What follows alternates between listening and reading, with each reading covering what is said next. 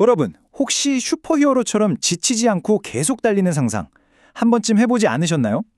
공상과학 영화에나 나올 법한 이 꿈이 이제 로봇 기술 덕분에 조금씩 현실이 되고 있습니다.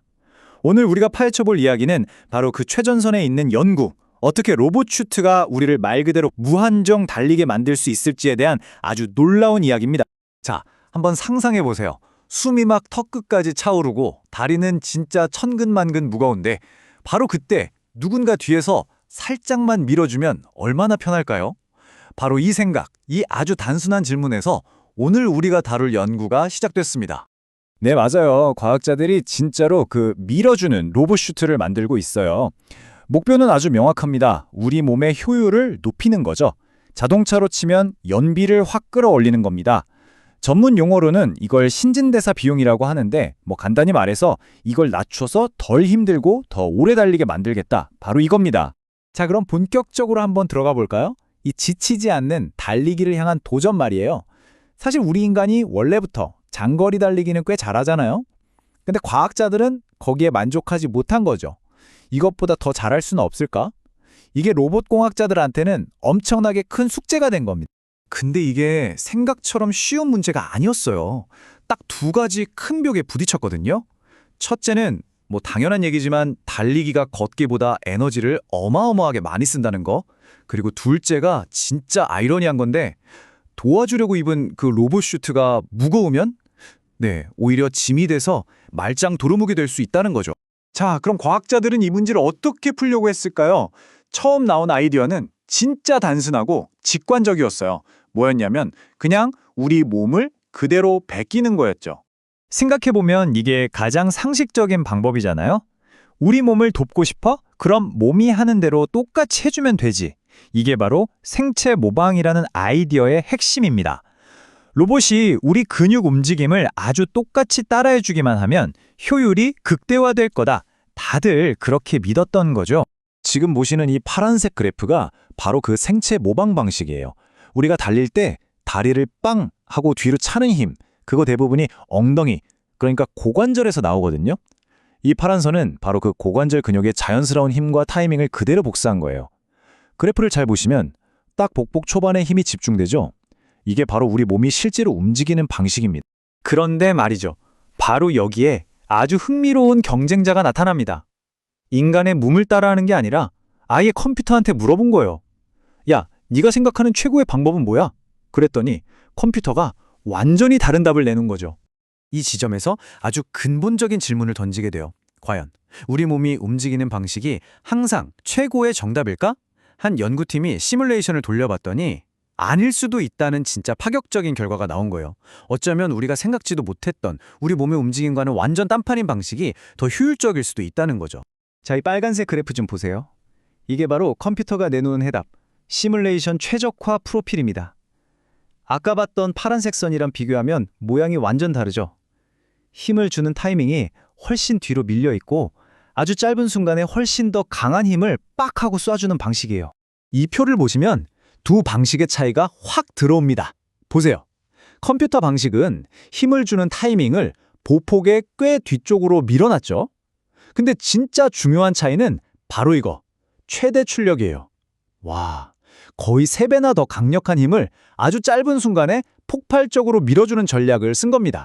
자, 이제 판은 깔렸습니다. 인간의 생물학을 따라한 아이디어 대 컴퓨터가 계산해낸 아이디어. 과연 누가 이길 것인가? 트레드밀 위에서 진검승부를 펼칠 시간이었죠. 실험은 바로 이렇게 진행됐어요. 참가자들이 부드러운 소재로 된 외골격 슈트를 입고 트레드밀 위를 달리는 거죠. 이 슈트에 연결된 케이블이 외부 모터랑 이어져서 달릴 때 가장 중요한 동작, 그러니까 다리를 뒤로 쫙 뻗는 그 움직임을 도와주는 거예요. 물론 연구진들은 호흡가스 분석기 같은 온갖 장비로 모든 데이터를 아주 정밀하게 측정했고요. 자, 그럼 뭘로 승패를 가렸을까요? 바로 아까 말씀드렸던 신진대사 비용입니다. 기억하시죠? 우리 몸의 연비요. 이 숫자가 낮게 나올수록 더 적은 에너지로, 그러니까 더 효율적으로 달렸다는 뜻이고, 그 말은 곧 슈트가 일을 제대로 했다는 증거가 되는 거죠. 드디어 모든 준비가 끝나고 실험이 시작됐습니다. 그리고 그 결과는요, 연구진들이 오랫동안 믿어왔던 생각을 완전히 뒤집어 엎는 정말 쇼킹한 결과였어요. 자, 여러분께 한번 여쭤볼게요. 과연 어느 쪽이 이겼을까요? 우리 몸의 자연스러운 움직임을 그대로 따라한 생체 모방 방식? 아니면 뭔가 좀 어색해 보였던 컴퓨터의 시뮬레이션 최적화 방식? 한번 맞춰보세요. 바로 이 그래프가 정답입니다. 참가자들이 내뱉는 숨을 분석해서 에너지 소모량을 계산한 건데요. 여러 조건에서 실험한 막대들이 보이죠? 근데 저기 유독 혼자 푹 꺼져 있는 막대가 하나 보이시나요? 바로 이 숫자입니다. 5.4%.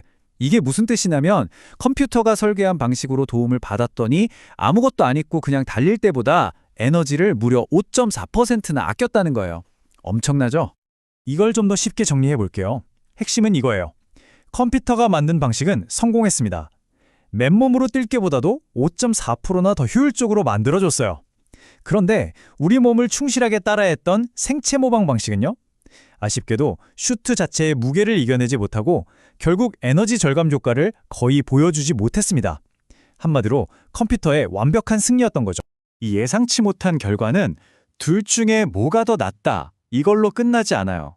그보다 훨씬 더 큰 이 웨어러블 로봇 연구 전체의 미래 방향에 대한 아주 중요한 질문을 우리에게 던져줍니다.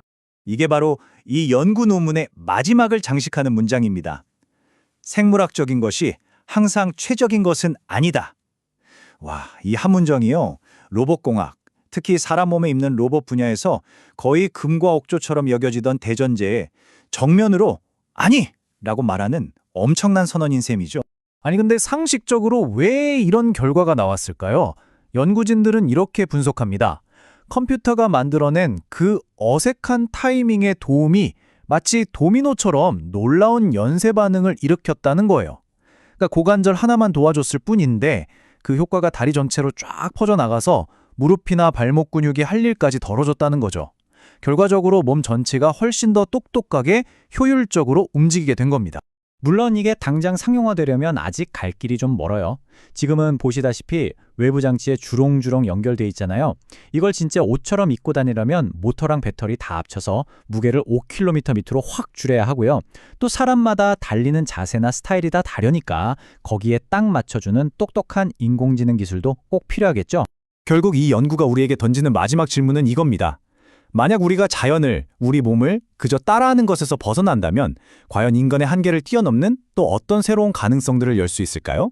정말 상상만 해도 가슴 뛰는 미래 아닌가요?